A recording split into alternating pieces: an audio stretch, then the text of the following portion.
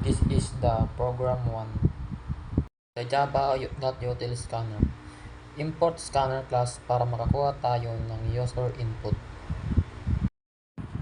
This public class student declares a student class, which is a blueprint for creating student objects.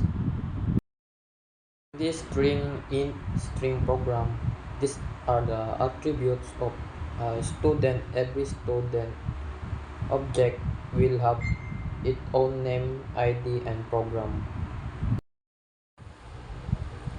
When the constructor set initial values when a student object is created, this student name refers to the object attributes while name came from user inputs.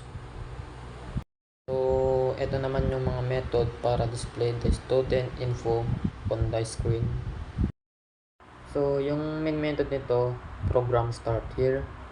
Scanner object SC is created para read input from the user. This part of the code asks the user for name and store it in variable name. This part of the code asks for student ID and store as an integer sc.next line open parenthesis and next line fix that leftover new line issue from the next line open parenthesis and close parenthesis. Asks for program and store it as a string. This code student1 equals new student open parenthesis name ID program close parenthesis.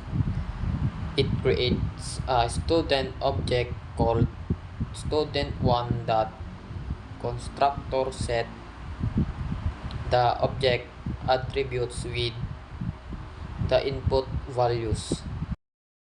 This part of the code prints header and calls the method to show the student info. In the last, put sc.close open parenthesis for closes scanner to release the resources.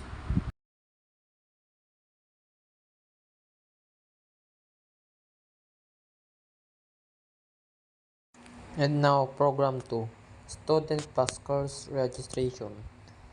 Now, the program can register a student and a course.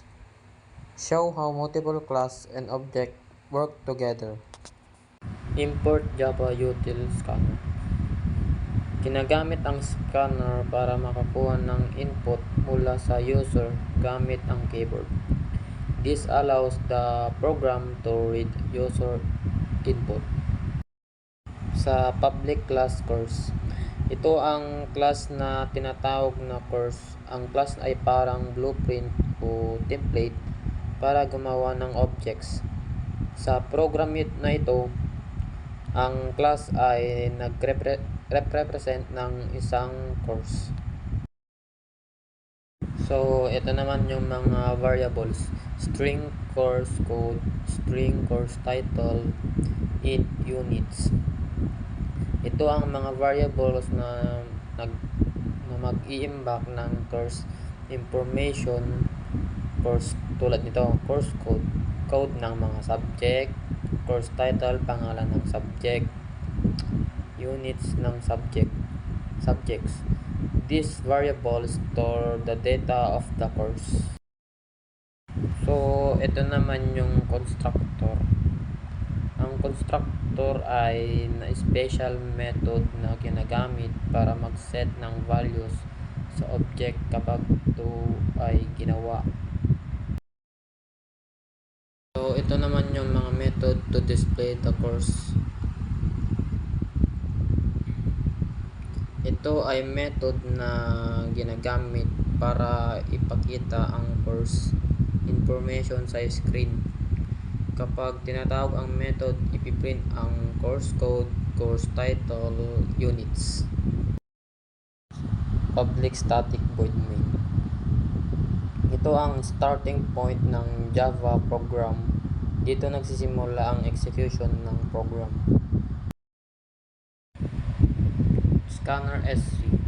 Gumagamit ito ng scanner object na ginagamit para magbasa ng input mula sa user.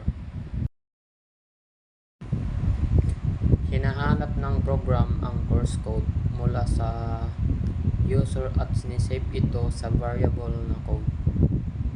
So, itong system out with enter course title. Kinukuha ng program ang course title mula sa user. So, ito naman yung enter units. Kinukuha ng program ang number of units ng subject.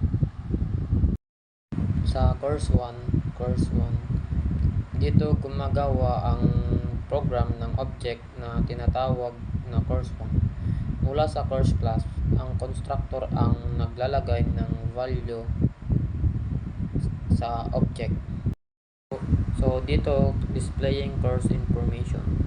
Tinatawag ang method na display course info, open parenthesis and close parenthesis, para ipakita ang course details na nilagay ng user.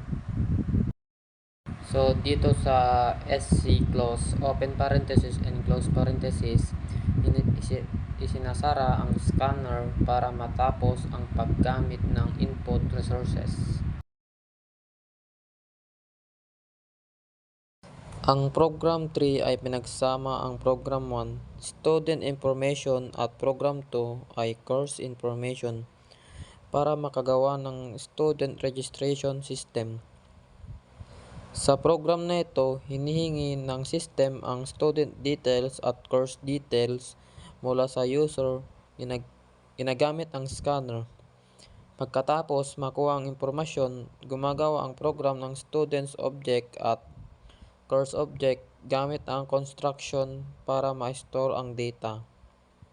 Sa huli, ang methods tulad ng display student info, open parenthesis and close parenthesis, at display course info, open and close parenthesis, para ipakita ang student at course registration details sa screen. So, ito ang output.